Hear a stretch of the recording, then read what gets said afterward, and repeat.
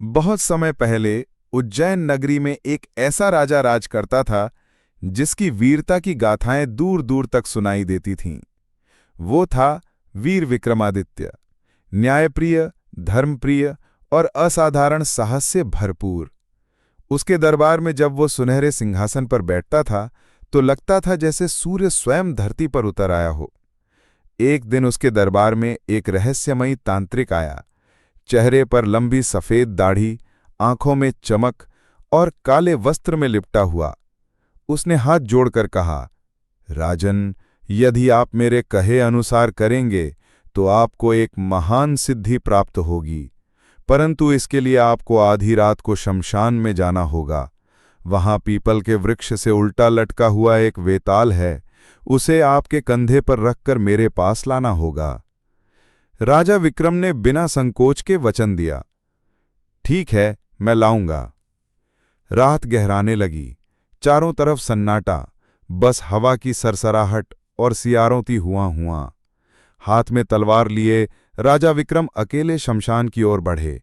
शमशान में जलती चिताओं की राख अब भी धुआं दे रही थी और उस बीच खड़ा था एक प्राचीन पीपल का वृक्ष। उस वृक्ष पर उल्टा लटका हुआ था एक शव और उसी शव के साथ बंधा था वेताल। उसकी आंखें लाल अग्नि की तरह चमक रही थीं और उसकी हंसी से पूरा शमशान गूंज रहा था।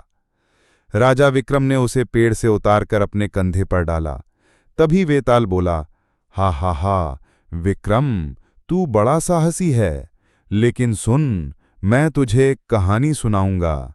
हर कहानी के अंत में तुझसे प्रश्न करूंगा। अगर उत्तर जानकर भी तू चुप रहा तो तेरा सिर फट जाएगा, और यदि तू उत्तर देगा तो मैं उड़कर फिर से इस पेड़ पर लौट जाऊंगा। राजा विक्रम मौन रहे और आगे बढ़े। तब वेताल ने अपनी पहली कहानी शुरू की।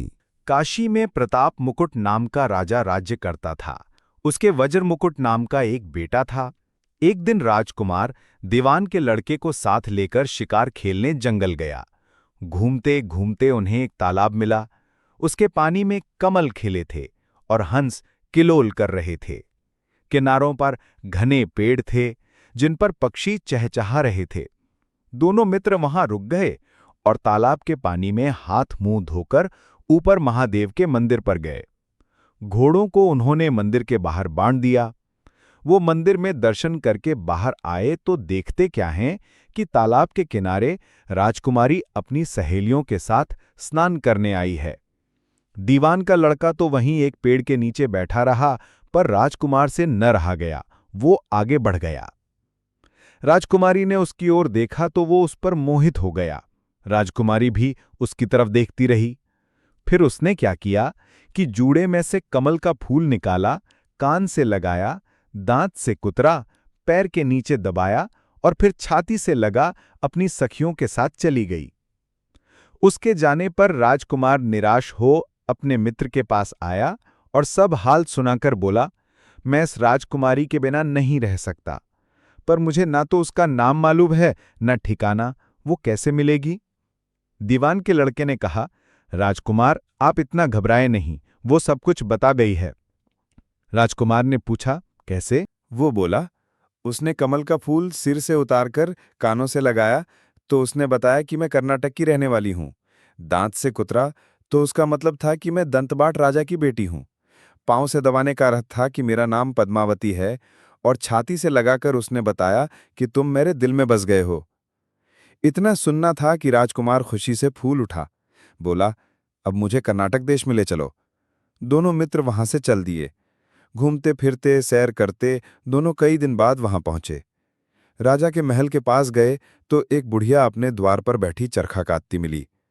उसके पास जाकर दोनों घोड़ों से उतर पड़े और बोले, माई, हम सौदागर हैं, हमारा सामान पीछे आ रहा है, हमें रहने को थोड़ी जगह दे दो। उनकी शक्ल सूरत देखकर और बात सुनकर बुढ़िया के मन में ममता उमड़ आई। बोली, बेटा, तुम्हारा घर है, जब तक जी में आए रहो। दोनों वहीं ठहर गए। दीवान के बेटे ने उससे पूछा, माई, तुम क्या करती हो? तुम्हारे घर में कौन कौन है? तुम्हारी गुजर कैसे होती है? बुढ़िया ने जवाब दिया, बेटा, मेरा एक बेटा है जो राजा की चाकरी में है। मैं राजा की बेटी पद्मावती की धाई थी। बूढ़ी हो जाने से अब घर में रहती हूँ। राजा खाने पीने को दे देता है। दिन में एक बार राजकुमारी को देखने महल में जाती हूँ। राजकुमार ने बुढ़िया को कुछ धन दिया और कहा, माई, कल तुम वहां जाओ तो राजकुमारी से कह देना कि जेठ सुदी पंचमी को तुम्हें तालाब पर जो राजकुमार मिला था वो आ गया है। अगले दिन जब बुढ़िया राजमहल गई तो उसने राजकुमार का संदेशा उसे दे दिया। सुनते ही राजकुमारी ने गुस्सा होकर हाथों में चंदन लगाकर उसके गाल पर तमाचा मारा और कहा, मेरे घर से निकल जा। बुढ़िया ने घर आकर सब हाल राजकुमार को कह सुनाया। राजकुमार हक्का बक्का रह गया। तब उसके मित्र ने कहा, राजकुमार, आप घबराएं नहीं, उसकी बातों को समझें। उसने 10 उंगलियां सफेद चंदन में मारी। इससे उसका मतलब ये है कि अभी 10 रोज चांदनी के हैं। उनके बीतने पर मैं अंधेरी रात में मिलूंगी। 10 दिन के बाद बुढ़िया ने फिर राजकुमारी को खबर दी, तो इस बार उसने केसर के रंग में 3 उंगलियां डुबोकर उसके मुंह पर मारी और कहा, भाग यहां से। बुढ़िया ने आकर सारी बात सुना दी। राजकुमार शोक से व्याकुल हो गया। दीवान के लड़के ने समझाया, इसमें हैरान होने की क्या बात है? उसने कहा है कि मुझे मासिक धर्म हो रहा है, 3 दिन और ठहरो। 3 दिन बीतने पर बुढ़िया फिर वहां पहुंची। इस बार राजकुमारी ने उसे फटकार कर पश्चिम की खिड़की से बाहर निकाल दिया। उसने आकर राजकुमार को बता दिया। सुनकर दीवान का लड़का बोला, मित्र, उसने आज रात को तुम्हें उस खिड़की की राह बुलाया है। मारे खुशी के राजकुमार उछल पड़ा। समय आने पर उसने बुढ़िया की पोशाक पहनी, इत्र लगाया, हथियार बांधे। दोपहर रात बीतने पर वो महल में जा पहुंचा और खिड़की में से होकर अंदर पहुंच गया। राजकुमारी वहां तैयार खड़ी थी। वो उसे भीतर ले गई। अंदर के हाल देखकर राजकुमार की आंखें खुल गईं। एक से एक बढ़कर चीजें थी। रात भर राजकुमार राजकुमारी के साथ रहा। जैसे ही दिन निकलने को आया कि राजकुमारी ने राजकुमार को छिपा दिया और रात होने पर फिर बाहर निकाल लिया। इस तरह कई दिन बीत गए। अचानक एक दिन राजकुमार को अपने मित्र की याद आई। उसे चिंता हुई कि पता नहीं उसका क्या हुआ होगा। उदास देखकर राजकुमारी ने कारण पूछा तो उसने बता दिया। बोला, वो मेरा बड़ा प्यारा दोस्त है, बड़ा चतुर है। उसकी होशियारी ही से तो तुम मुझे मिल पाई हो। राजकुमारी ने कहा, मैं उसके लिए बढ़िया बढ़िया भोजन बनवाती हूं, तुम उसे खिलाकर तसल्ली देकर लौट आना। खाना साथ में लेकर राजकुमार अपने मित्र के पास पहुंचा।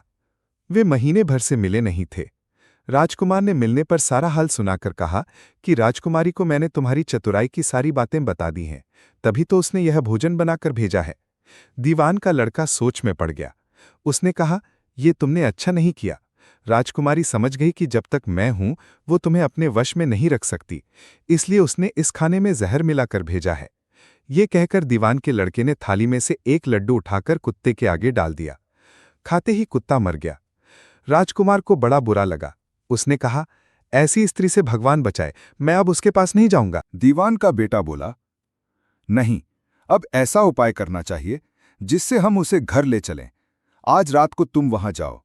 जब राजकुमारी सो जाए तो उसकी बाईं जांघ पर त्रिशूल का निशान बनाकर उसके गहने लेकर चले आना। राजकुमार ने ऐसा ही किया। उसके आने पर दीवान का बेटा उसे साथ ले योगी का भेष बना मरघट में जा बैठा और राजकुमार से कहा कि तुम ये गहने लेकर बाजार में बेच आओ। कोई पकड़े तो कह देना कि मेरे गुरु के पास चलो और उसे यहां ले आना। राजकुमार गहने लेकर शहर गया और महल के पास एक सुनार को उन्हें दिखाया। देखते ही सुनार ने उन्हें पहचान लिया और कोतवाल के पास ले गया। कोतवाल ने पूछा तो उसने कह दिया कि ये मेरे गुरु ने मुझे दिए हैं। गुरु को भी पकड़वा लिया गया। सब राजा के सामने पहुंचे। राजा ने पूछा, योगी महाराज, ये गहने आपको कहां से मिले? योगी बने दीवान के बेटे ने कहा, महाराज, मैं मसान में काली चौदस को डाकिनी मंत्र सिद्ध कर रहा था कि डाकिनी आई। मैंने उसके गहने उतार लिए और उसकी बाईं जांघ में त्रिशूल का निशान बना दिया। इतना सुनकर राजा महल में गया और उसने रानी से कहा कि पद्मावती की बाईं जांघ पर देखो कि त्रिशूल का निशान तो नहीं है। रानी ने देखा तो था। राजा को बड़ा दुख हुआ। बाहर आकर वह योगी को एक ओर ले जाकर बोला, महाराज, धर्मशास्त्र में खोटी स्त्रियों के लिए क्या दंड है? योगी ने जवाब दिया, राजन, ब्राह्मण, गऊ, स्त्री, लड़का और अपने आश्रय में रहने वाले से कोई खोटा काम हो जाए तो उसे देश निकाला दे देना चाहिए। यह सुनकर राजा ने पद्मावती को डोली में बिठाकर जंगल में छुड़वा दिया। राजकुमार और दीवान का बेटा तो ताक में बैठे ही थे।